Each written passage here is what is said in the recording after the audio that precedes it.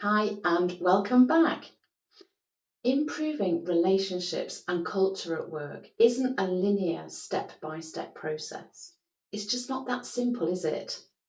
However, there are five core components based on decades of research and evidence which will give you confidence and skills to navigate your way through what can be complex, sensitive and tricky work. And these are H.U.M.A. and N. Write those down. And in this video, we'll be uncovering what they are so that you can start improving your relationships and influence and learn practical ways to learn and embed wider culture change too. So, H-U-M-A-N. Let's start with H. Honest. It sounds so simple, doesn't it? Just be honest. And yet, in so many teams and organisations, there is a lack of genuine honesty. And too often, this seriously erodes trust, collaboration, innovation, and integrity. If you want to improve your relationships and culture at work, the starting point is being more honest about human nature, both the good bits and the aspects we're maybe not quite so proud of. Honest about the amazingness of our human selves, each and every one of us, and about the stuff that may not be quite as wonderful as we'd like other people to think. I see so many leaders trying to lead colleagues and people through change and stressful circumstances without ever really having learned how to understand natural human responses to uncertainty. And this is a bit maybe like trying to perform a surgical operation without ever having really learned basic anatomy. So perhaps it's not surprising then when team members end up taking their stress out on each other or taking their bat and ball home, griping from the sidelines, feeling miserable, quietly quitting, or noisily arguing, or maybe leaving for pastures new, and it's only Monday lunchtime. The cost of this is huge on people's well-being, on the bottom line, and it really hinders what teams can achieve together. Another reason for the lack of effective honesty at work is that it's often associated with a bruising, hurtful or damaging experience, such as in those dreaded honest feedback conversations. And when the norm is people talking about putting on my armour or waiting for the whipping before such conversations, it's hardly surprising, is it, that honesty and honest conversations are something that people would rather prefer to leave till another day. Leaders and teams working with me follow an approach called the imperfectly human invitation. I'm going to outline a bit of that for you here. It gives them the confidence and the skills that they need to stop pretending and to start being more authentically honest at work about themselves and with other people. Because the type of honesty that transforms relationships and culture at work is not simply saying whatever you think or feel. It's about being humbly honest. So what is this? Being humbly honest involves being more open and explicit about my own imperfections and the part I play in the relationships, the dynamics, and the culture before expecting other people to change. So my clients develop a deep understanding of why they and others behave as they do when they're under pressure, facing change or uncertainty. And once they learn to recognise these patterns of human nature in themselves and in colleagues, It opens up new possibilities for what's possible in their relationships and their interactions. They discover how to work with more genuine human connection in teams where people want to work, enjoy their work together, and focus on the best outcomes possible. And these are the teams that thrive and succeed.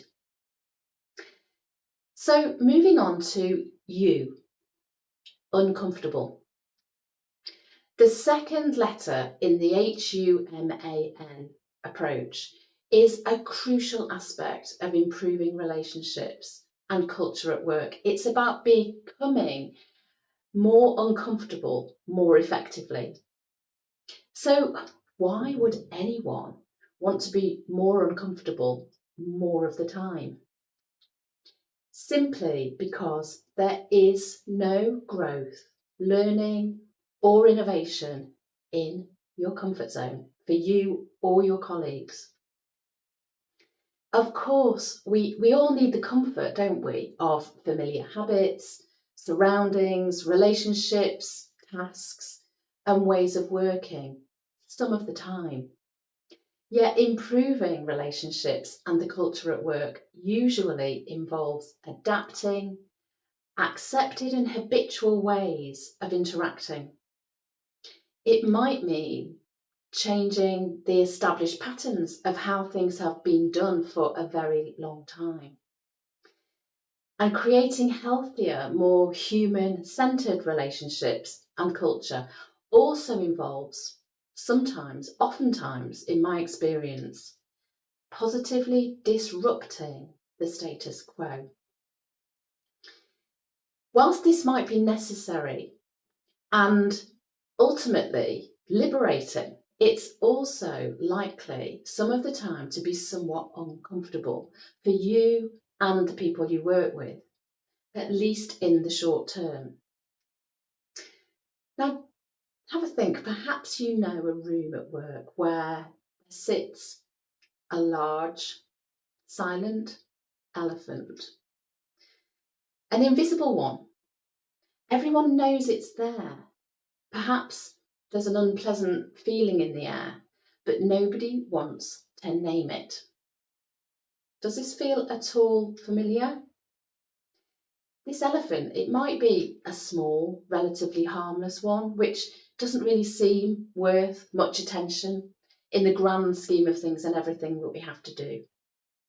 But the truth is that far too often there are misuses of power at work, bullying, verbal aggression, harmful behaviours, and harassment, and these can become an accepted norm.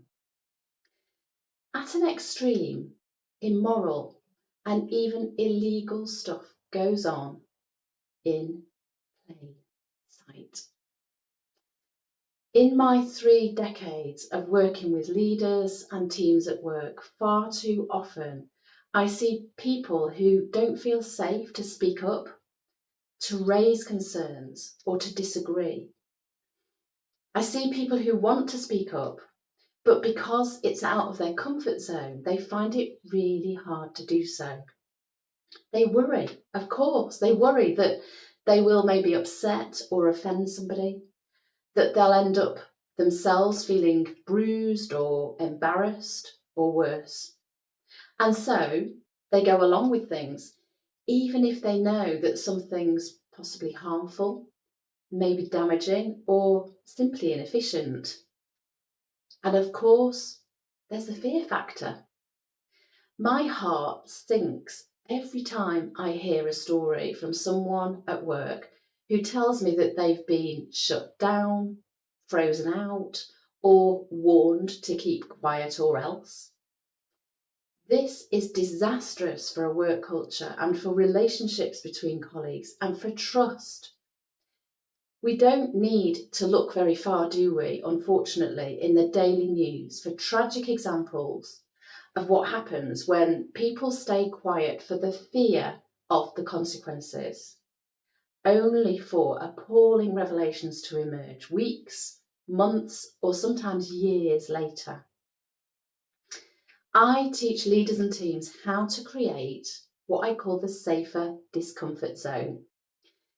This is specialist development work based on wide-ranging research, findings and evidence and practical experimenting, years of practical experimenting in how to have uncomfortable conversations more safely and how to positively disrupt the status quo when it needs to be challenged. Rather than tiptoeing around or avoiding uncomfortable issues, leaders and colleagues who put this approach into practice gain courage to speak their truth, stand up for what they believe in. Plus, and this is key, they become skilled in enabling others to do so too. Whether you're in a formal leadership role or not, you can become a positive change agent and a pioneer for more effective relationships and culture in your team and organisation. Next up, M. H.U.M.A.N. And M stands for messy. When people are working together under pressure, relationships and dynamics in teams at work can often and quickly get messy. Have you ever seen things get a bit messy at work? Perhaps you have your own four-letter to describe this. This is part of the human approach, and it helps you avoid and untangle tricky human dynamics and nurture healthy group dynamics. Because it can be awful, can't it, at work when people are at loggerheads. It's the recipe for unhappy colleagues, and it's extremely stressful for you as a team leader, manager. Work can end up feeling like a daily soap opera. He said, she said, it wasn't us, it was them. It wasn't me, it was him. The smallest interaction can feel like a stressful drama. Messy team dynamics erode trust, goodwill, and collaboration, sucking away empathy and joy. It pushes colleagues apart and it exacerbates silo working and separateness. So often, time and attention gets distracted away from the really important work that teams need to do, pulling their energy and sapping their energy with misunderstandings. I work with leaders and teams to help them learn to read and understand human and team dynamics more deeply using the group dynamic detox. This helps them recognise and anticipate unhealthy patterns of interactions and gives them practical ways to prevent and untangle them so you and your colleagues can avoid the common traps of messy dynamics. You'll build new skills and strategies to nurture trust, build collaboration, and achieve mutual success in teams large and small. Leaders who've worked with me to develop this skill set report feeling more confident in their own interactions, as well as more skilled to coach their teams and colleagues effectively. Positive changes in their teams are offered evident straight away, building foundations for then embedding longer-term improvements in how teams communicate, collaborate, and achieve even better results. And so we're moving on to A in the H-U-M-A-N approach, and A is for amazing. This part of the human-centered approach shines a light on the amazing positive impact and influence you can have, even more than you currently realise. It's all about influencing whether or not you have formal authority, because you may not yet realise that the impact and influence you can have is far greater than you probably currently believe, whatever your role or job title. A huge problem I see, which contributes to harmful, unhealthy relationships and culture at work, is when people feel powerless to make a difference or to change things. I come across so many people who have learned to believe that others are more powerful than they are. And as a result, they're expecting or maybe waiting for someone else to improve things around here. So, what's the problem with this? Well, I ask myself, how long are they going to wait? A year? 5 years? Some people have been waiting almost their whole career, 1, 2, or 3 decades, putting up with the way things are. Imagine that. I also find myself wondering, who are they expecting to improve things around here? I often see people looking up the hierarchy. Someone up there must know how to improve things, how to change the culture, surely. Yet, even some chief execs I work with, or managing directors, or business owners, politicians, senior decision makers, sometimes, despite their hierarchical or formal power, seniority, or experience, they simply don't recognise cultural problems because it is just the way things have been for a very long time. Many seasoned managers and leaders I've worked with also often feel overwhelmed with where to start in shaping a healthier culture. Their MBA, leadership programme, or the stack of management books on their shelf, they might have taught them the theory, yet I see remarkably little evidence that this is translating into everyday leadership conversations at work on a typical Monday morning or a Thursday afternoon. So if you're waiting for the higher ups to improve the way people work together, the culture, relationships at work, you'll possibly be waiting a long time. And if you are a higher up yourself with formal management or leadership responsibilities, now's the time to stop feeling overwhelmed and to learn how to bring about the changes you want to see. I've worked with hundreds of leaders and teams using the Personal Power Transformer. This shows you how to use your influence more effectively by releasing even more of the power inside yourself, which you're possibly keeping hidden and you may not even be aware of. My clients who've applied this practical learning into their everyday practice feel more courageous to behave assertively with integrity and honesty, no matter who they're communicating with.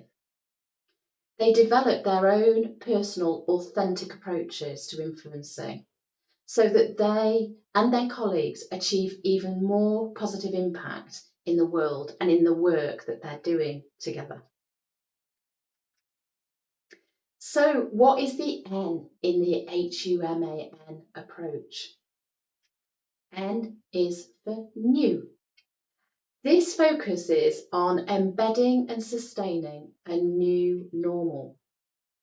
Because changing relationships, interactions, the norms and the culture of work at work, it's about changing the patterns in how we behave together and creating new, healthier and effective ways of getting work done jointly. And while improving your relationships and culture at work is liberating, it isn't easy work because it means unlearning habits and patterns of behaviour we have often become accustomed to over many, many years. Even with the best of intentions, when things get rocky or tough, stressful, the risk is defaulting straight back into old patterns and habits of behaving together and reacting to each other. Time and time again, I see leaders and teams with the best of intentions talk the talk, Consider how much time and attention goes into creating corporate value statements, behavioural expectations, codes of conduct, lists of commitments.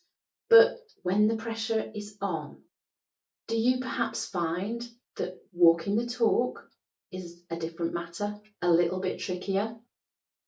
When I work with leaders and teams on their relationships and culture, I guide them through the culture change role model approach, supporting them to look for change deep inside themselves first, and then role modeling this for others. This doesn't mean being perfect. It means becoming a constant experimenter, learner, implementer, and adapter, and inspiring others to join you as you discover the immense opportunities from making more intentional, powerful choices about how you're going to behave together at work. Being a role model takes considerable physical, psychological, and emotional energy. I'd say it's courageous work. To support you in this, I offer you novel, refreshing ways to create and hold healthy boundaries to keep yourself well, which are true to your values and also considerate of other people.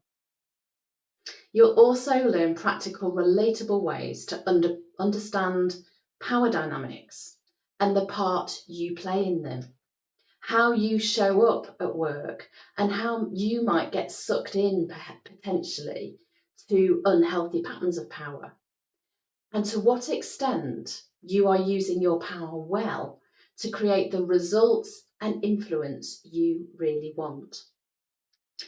You'll be offered practical ways to use your power differently. And at the heart of this is a key shift, which I guess I would describe as using power over others less and using your power with others more of the time. This does take a leap of trust. Firstly, building trust and confidence in yourself, and then choosing to create a new type of trust in and with others. So there you have a quick overview of the H.U.M.A.N approach to embedding healthier, more innovative, human-centred relationships and culture. More videos are coming up which dive deeper into each element and will offer you practical things to experiment with and put into practice, whether it's that tricky Monday morning or a routine Thursday afternoon. If you're keen to learn more, please subscribe now and join our community of leaders who've decided to be the culture change, one interaction at a time. See you soon.